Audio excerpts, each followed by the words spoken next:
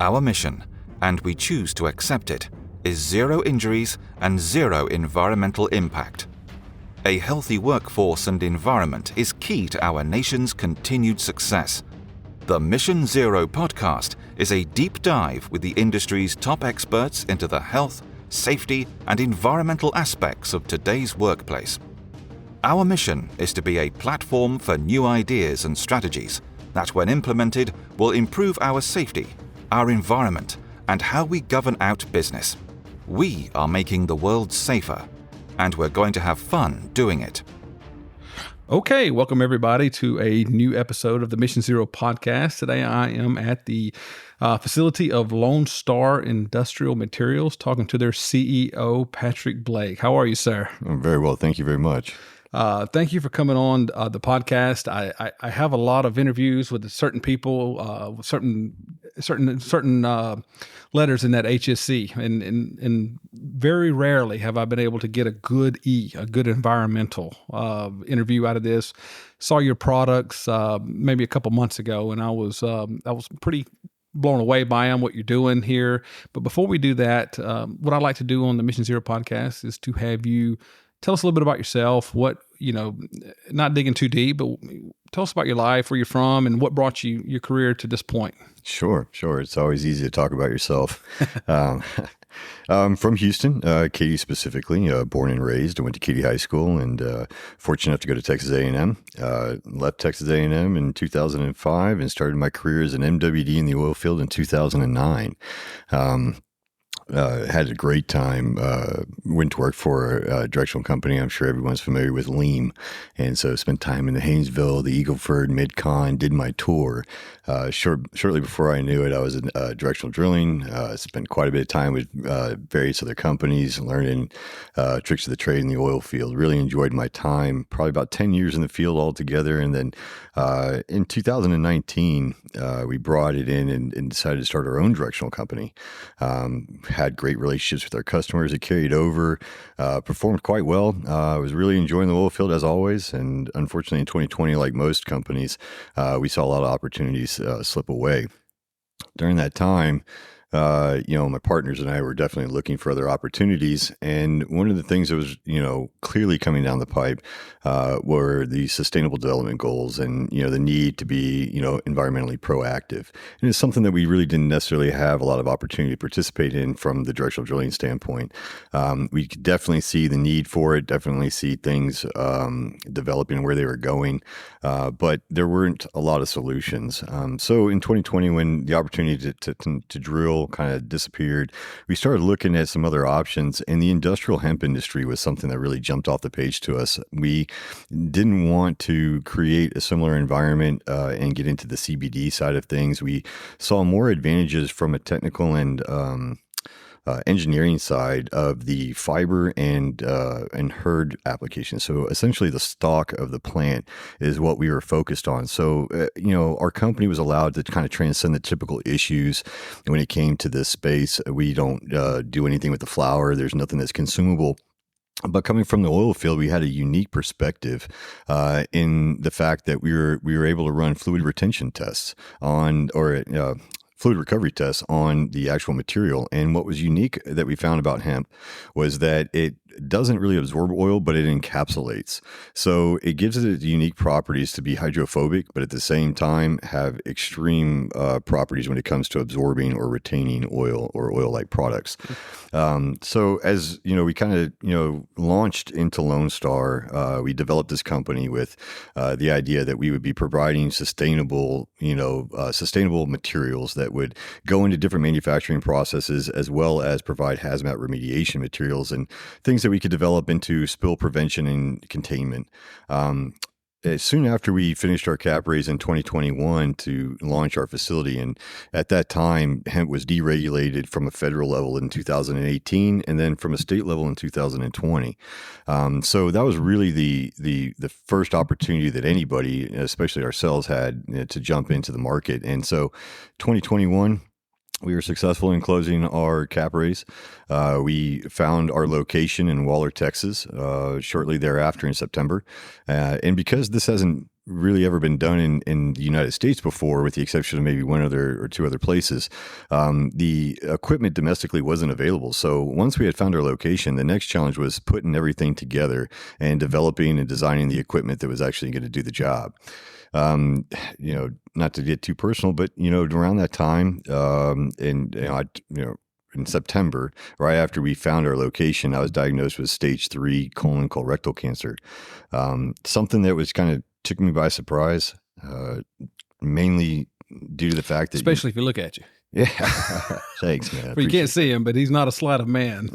Thanks, I appreciate it. I've kept myself pretty busy, and fortunately benefited from a pretty healthy life so far. And I think that really bode well for my chances of making it through. Which fortunately for me, everything went smooth. 2 years later, I've got my health back, but it definitely aligned per my perspective and my focus. Great. Well, first of all, congratulations on that, man. That's a big deal, and I guess everybody's in your life is extremely happy about that. I'm happy you were able to beat that down and come back even stronger. Now for the next phase, right? This thing. That's correct.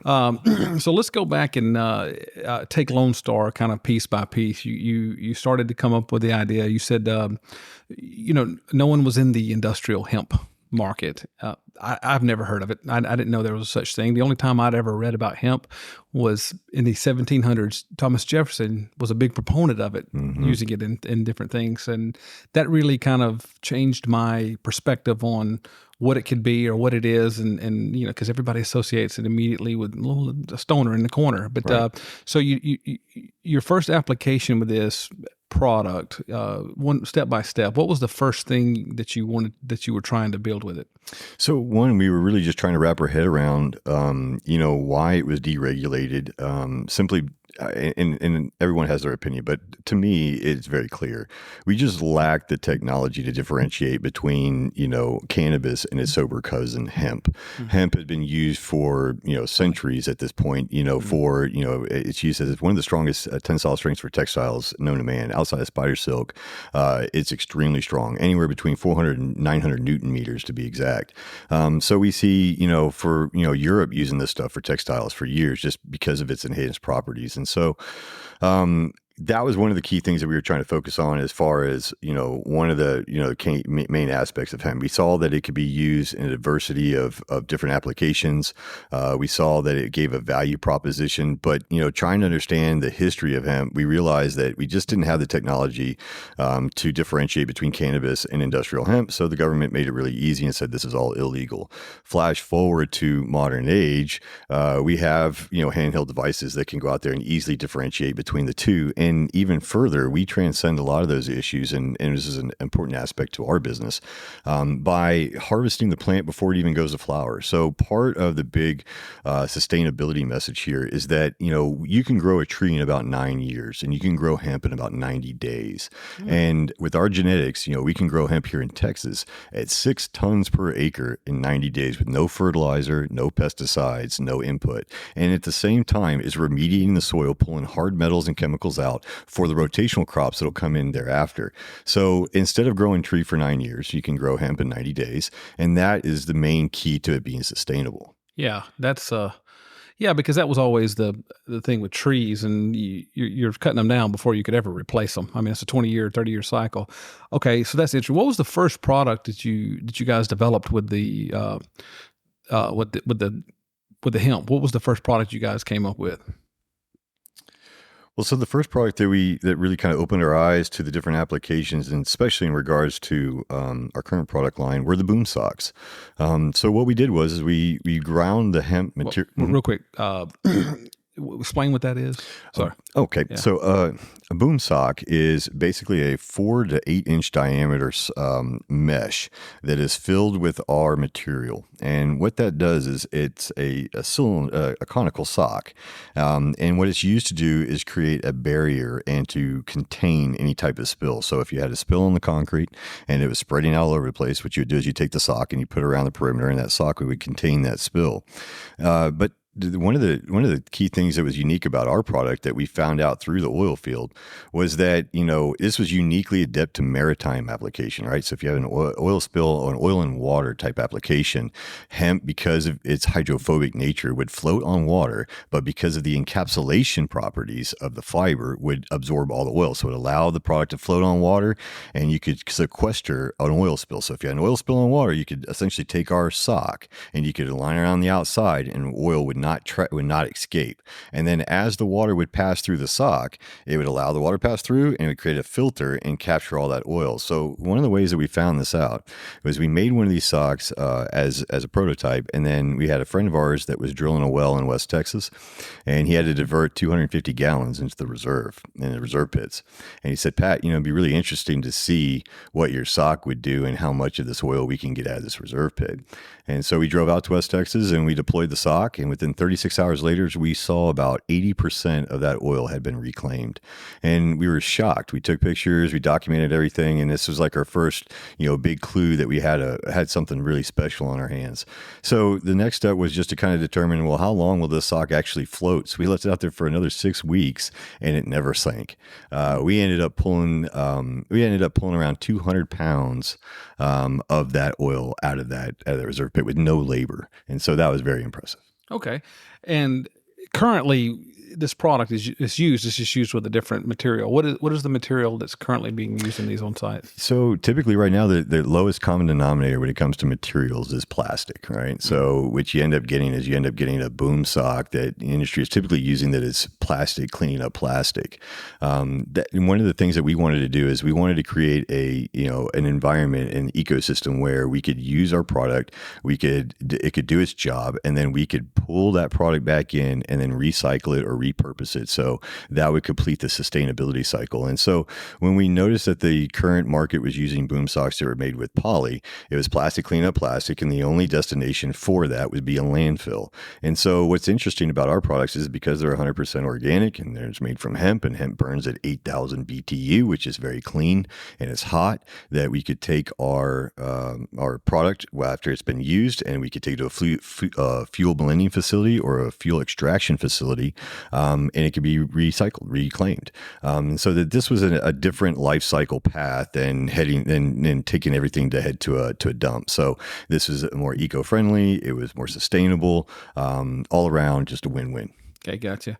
So the boom sock was the first thing. And so you kind of described a little bit what the advantages are there. And it sounds like there was about 4 or 5 different levels of environmental improvements that a company could look towards and point and say, look, this is where it helps us out a lot. And also it kind of seems like there was a monetary, if they could capture, and I've said on this show 1,000 times, I'm not from the oil field, so I don't claim to be, but there's a lot of effort into reclaiming skim oil and things like that. Is that kind of what was going on there, or am I misunderstanding that? Sure, no, absolutely. I mean, that was definitely one of the key concepts that we were running with. We want to, as a farmer said, we want to use everything but the oink, right? So anytime that we can, we can enhance the value propositions of the product by adding recycling, reclamation, some way for us to get that crude back. Shoot it, we're at $91 a barrel today. Yeah.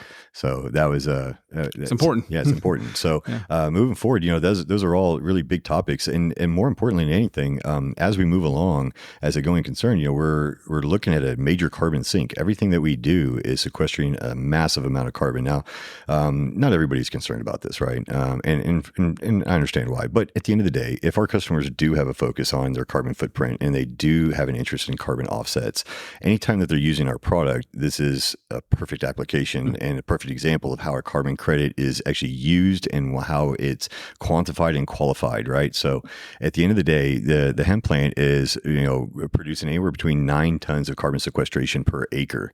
And so with those rates, it's really just a question of what's the final application. So when we use this stuff to reclaim oil and then we burn it as a fuel stock, it's definitely environmentally friendly. Gotcha.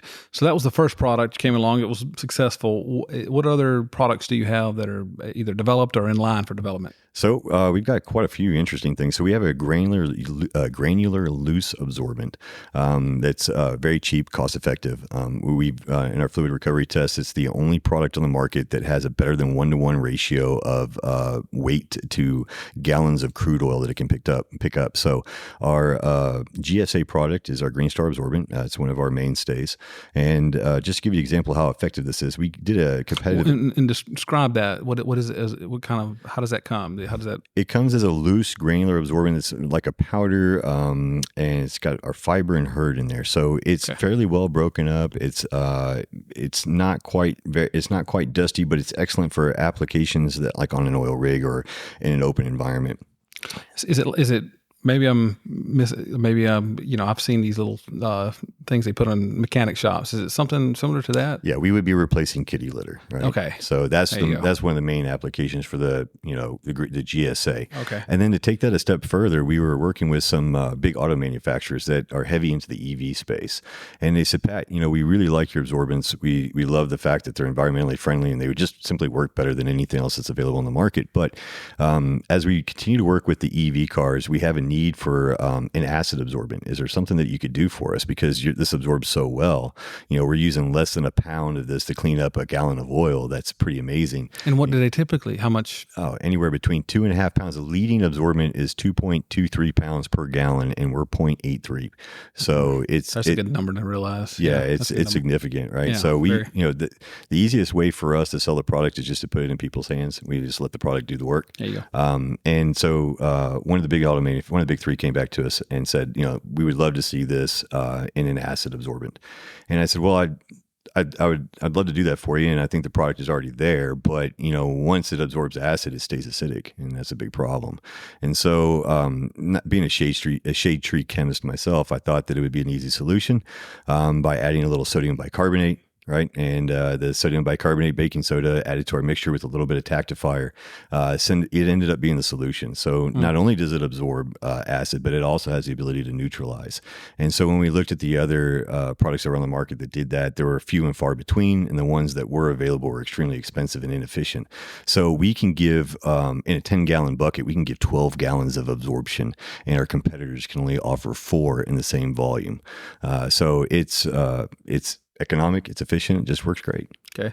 So there's 2 products. What would be the next one that came in line for you? So we also have hemp fiber mats. So we make mats out of hemp fiber, and they are between 500 to 1200 GSM, and they've got all kinds of applications. The first thing that came to my mind as a directional driller was, slip and fall hazard on a rig floor, right? Walking in between, the lattice work between, the reserve pits and, the doghouse and so forth. It's always a hazardous area because you've got oil-based mud everywhere and guys got rubber boots on. So, even following good safety protocol, things happen. So, the encapsulation properties and absorption properties of the hemp fiber, along with those thick mats, really give you quite a product. So something that we also use it for is like drip pads. So you'll see some environmental regulations require 18-wheelers or trucks to put secondary containment underneath the vehicles. So if they drip, it's contained. And so these pads are an excellent way to contain all of that as a drip pad. And then when it's done, it can get rolled up and again sent to a fuel blending facility. So it's environmentally friendly in that regard. Very cool. And, your process here, I'm looking around, I see some things. We're going to make some videos later that'll also be launched with the website, but I'm looking at all the products. Do you actually grow the hemp yourself? So we contracted that to guys that are a lot smarter than myself. Yeah. We typically stay in our lane as processors, but our farmers are our partners. But what we've done from a high level is we've helped them develop the genetics and the SOPs. So starting from a few years ago, we started with small test plots, and we were testing genetics from around the world, for anywhere from the Ukraine to Australian genetics. And fortunately, the MS-77 genetic just took off. We broke all the records records here in Texas. I don't want to take the credit for it. I want to say we did it. Our partners did it. But we're very proud of them, and we stand on the shoulders of those guys. And so now that we have a product that is made here in Texas, processed here in Texas, grown here in Texas, we're really proud of that. Great. Okay. And your products, we're here from the point of view, you come from the oil and gas industry. My general customer and listener to this program is the oil and gas industry, but you have, it looks like a lot of applications probably outside of that as well. Before we get too deep into the oil and gas applications, because I want to expand on that a little bit, because I'd really, you got a product that's not being used currently. So you have to define how it's used in the market when you start with something like this. And that's a big gain and big work to do, because it's to move someone from what they're used to doing, what's the common way of things. It's a tough thing to do. And because even when you're offering something so advantageous, especially companies, they're all looking to gain environmental points. You said carbon score, or I forgot how you worded it, but it's a carbon score, and oil and gas companies are constantly looking for this. And so I think it would be an amazing thing. What I guess you gave us a couple. Is there any other applications or things you make? I know I had seen the last time I was here, I felt like I'd seen something that you were making out of it that I had never seen before. So what are some of the cool things that are outside of oil and gas and that you've already made, and what are you working on? Yeah, it's really exciting. So, oil and gas being our alma mater and where we come from, it holds a special place for us. And that's kind of why we started with what we did. But as we've investigated and spent more time with the product, we've seen use cases transferring over into other markets. One of those most notably is we make a hemp memory foam. This is something that has never been done before but bonding organic to inorganic has been done for a long time. It's just, at what ratios. And so as chemistry has progressed, and we've had success in producing a product that's 75% latex, 25% hemp, so all the way up to 30%. And it adds a lot of physical properties that are advantageous, such as air permeability, right? So one of the big arguments for the memory foam mattresses is that they get hot because they trap and they don't release the air. Yeah. Well, the hemp fibers are tubular underneath the microscope. So when we introduced the hemp fibers into the polyfoam, it allowed air to pass through, which opened up a huge performance advantage. And then, that makes the mattress cooler. And so now we are rolling those into memory foam pillows and toppers and other things that you'll end up seeing in your hotel chains. And so that was really kind of an interesting thing that we did. And then the other really interesting prospect on the horizon is graphene. And so graphene, as you know, is being used for superconductors, right? Superconductors and high capacity batteries. This is what's going to leapfrog lithium ion. And so everyone is looking for and lithium ion is the key component in EV batteries, correct? That's correct. Yeah. That's right. So the next evolution of those batteries are going to be supercapacitors. And so 2D graphene is the key to do that. And so what all these graphene producers and supercapacitor manufacturers are looking for are viable sources of graphene. And because we can grow 6 tons of hemp per acre, there's no better source for graphene than hemp. And so what we do is we grind it all the way down into a pellet. And then that pellet is used for fuel stock in a biochar reactor. The biochar reactor then reduces the hemp down to a coal-like substance, but that produces premium grade graphene, which is then used in the manufacturing of these supercapacitor batteries, or superconducting batteries. So this is all really interesting stuff, because in the world of material science, who would have thought that a plant that's been used for hundreds of years would have space age technology behind it and application, right? Yeah. So it's pretty exciting. Well, you did say earlier that the tensile strength on it was, incredibly strong for nature, right? It's right. There's not a whole lot of, man-made things that can match that, right? Yeah, I'll give you an example. So the tensile strength of fiberglass is about 200 Newton meters, and the tensile strength of our natural fibers is almost 900. Okay, so it is entirely better. Is that an application for it? Absolutely. Insulation? Yeah, absolutely. Insulation is a big application for what we're doing. So the same mats that our guys are using for the drips, we also can use for carpet padding and use for insulation in homes. It's the thermal efficient properties are there. Hemp is a natural pesticide and antimicrobial. So when you think about your kids playing on that carpet next time, think about all the microbes and all the bacteria that's in that plastic foam padding. If we replace that plastic foam padding with a non-toxic building material like our hemp pads, I believe that the life cycle analysis will show that it's a healthier alternative. And again, we're using products that are sustainable. So the less wood we can use and the more hemp we can use, it's better for everybody. How does it, and you may not have ever tested this, but how does hemp hold up to UV? Well, it's interesting because hemp is compostable. So when you expose hemp to when you expose hemp to atmosphere and condition, it ends up, decomposing. So UV light, atmosphere, moisture, those are the things that actually break hemp down. So when you look at the compostability and sustainability of hemp, that's an important part. Okay. Let's dig in a little bit deeper on the oil and gas application. So we've talked about a couple of products and a couple of ways, avenues in there. I got to see the green box, and that is, I guess, I'll let you describe it, but that is your plan to go to market and how you're going to go to market. So I'll ask you questions as you go, but you're looking to put a box on site, and it's going to be completely full of environmentally friendly products that are much better than what they're currently using. What is going to describe what this box is and what's in it? Okay, great. Thank you. So the green box is a 10 by 10 Conex box that'll be full with all of our materials, everything for SPCC, spill prevention, containment, and contingency. All of those products in there will be 100% organic. You'll have the reclamation ability that we talked about earlier about sending it to the fuel blending facilities. But more importantly, what it is it acts as a metaphorical fire extinguisher for spills on the rig floor or on the rig site, period. So we have a fire extinguisher in the kitchen, so that if we have an accident, we don't burn the whole house down, we can contain it. And so that mitigates the damage. And that's the same principle that we're working with here. Most rigs that I've been on over the last decade and a half, just don't have anything on site to contain the spill. And the problem is that when those spills go deep and they go wide, they end up creating, extraordinary bills while you wait for, the trucks and all the other reclamation equipment to get out there 4 or 5 hours later. So if we have the ability, the principle is that if we have the ability to jump on the accident quickly, contain it, sequester it, start absorbing that stuff, and have the ability to put that in hazmat UN rated bags for haul off, that will mitigate the spill and will reduce the bill.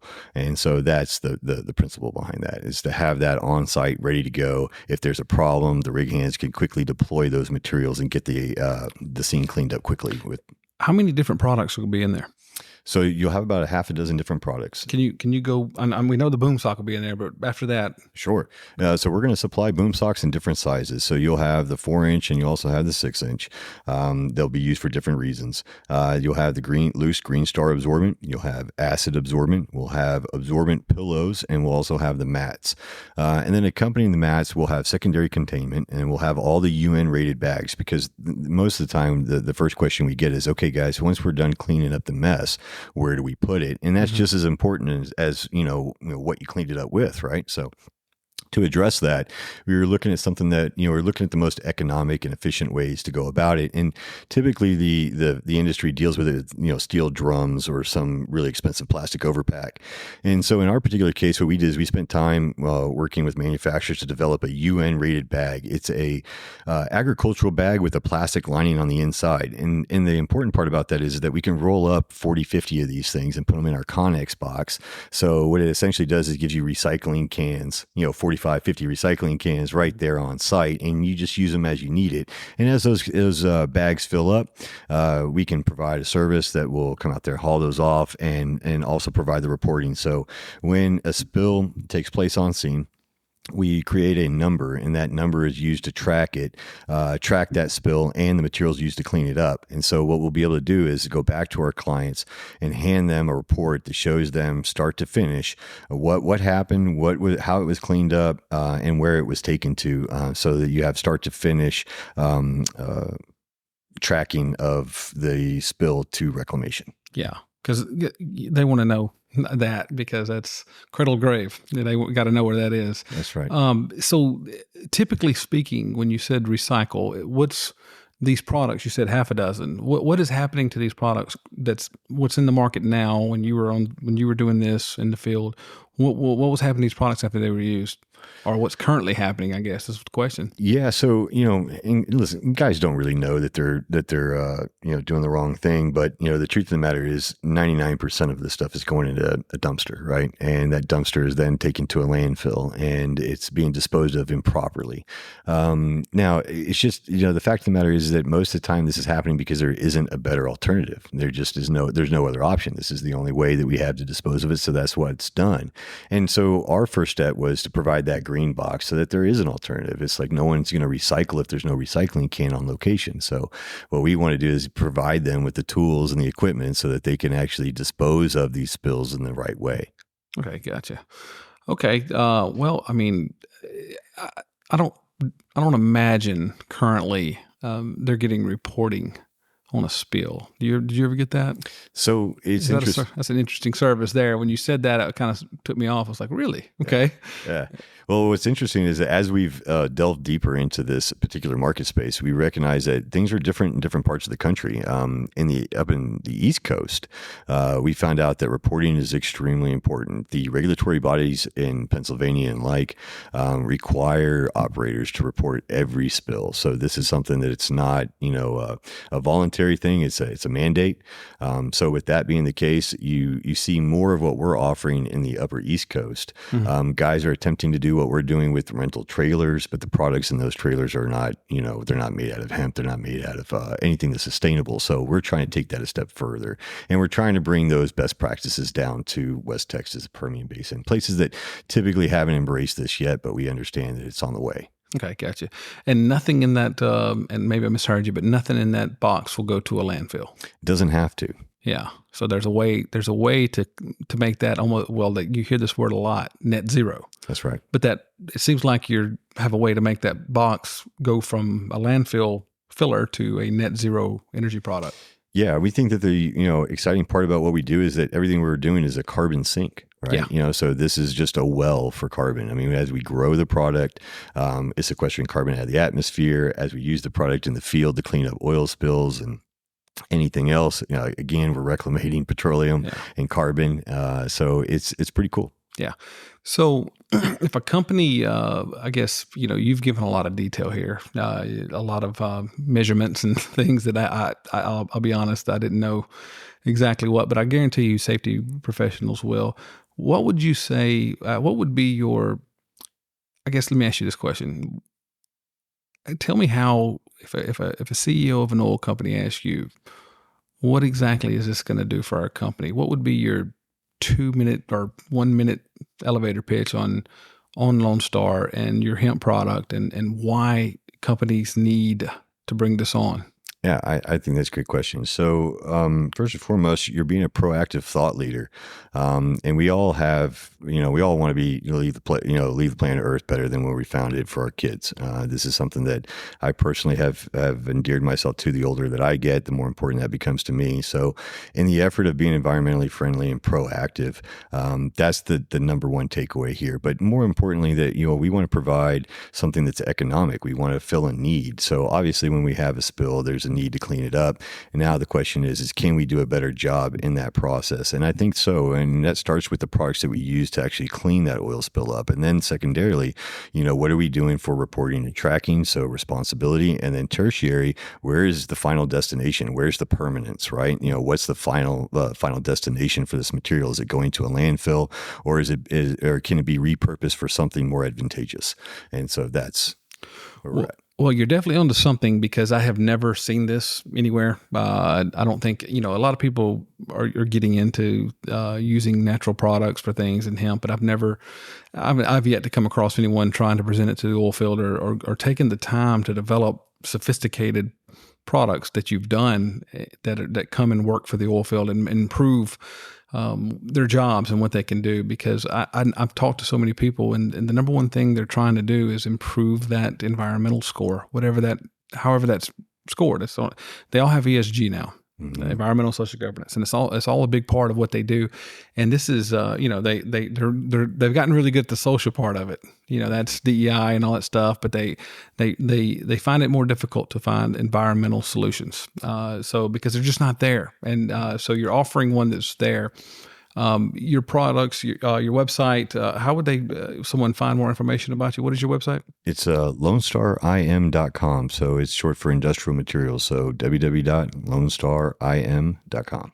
And how would if someone had questions for you, how would they get in touch with you? Oh, easy enough. They can call here at the shop. They can email me at patrick@lonestarim.com. I'd be happy to touch base with anybody that's interested. Okay. Yeah. I think you will see a lot of people interested in this because, you didn't just throw.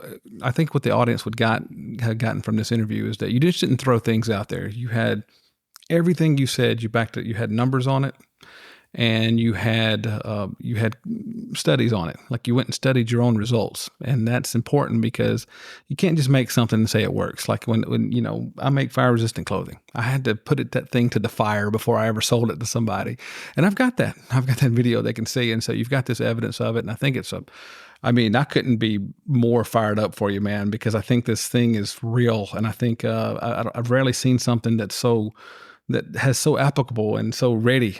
I think Ron, I forget the congressman's name, but he said there's nothing more powerful than an idea whose time has come. And I think it's a product, hemp, here using in an environmentally safe way in the oil field. Its time has come. So thank you for coming on board. Coming on board to the podcast. This is an HSC podcast, so you're almost a perfect guest. That's like I said, I don't get environmentally friendly manufacturers. I don't get anything with the E. I always get the safety and the health, but I never get the E. So thank you for coming on board, Pat. I appreciate it. And, we're going to do some videos here in a few minutes to demonstrate so people can actually see the product themselves. You'll be able to see it. And if you want to get in touch with Pat and maybe test the product, maybe take a look at it, maybe get in front of you with, because they're going to have technical questions on this. It's a highly technical thing. So I greatly appreciate it, man. Thank you for sharing the story of how you developed this company. Likewise. Thank you very much, man. I really appreciate your time and attention, and be love and happy to carry on the conversation with anybody interested. Thank you. Thank you for listening. We hope you enjoyed the show and accept the mission. Please subscribe to the Mission Zero podcast on your preferred streaming service and be sure to give us a 5-star review.